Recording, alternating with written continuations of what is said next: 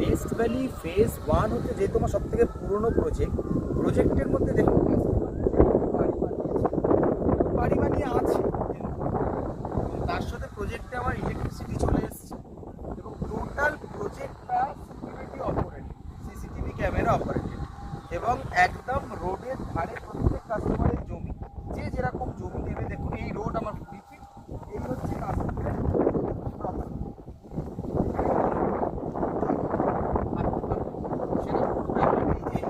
বাড়ি বানাতে হবে বা এরকম কিছু,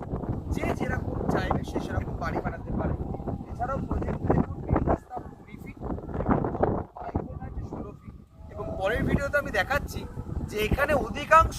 প্লটের ডিমার্কেশন হয়ে গেছে, মানে কাস্টমার নিজের টাকায় জমি নিয়ে রেজিস্ট্রি মিউটেশন কনভার্সন কমপ্লিট করে জমি ডিমার্কেশন করে দিয়েছে, সেটা উনি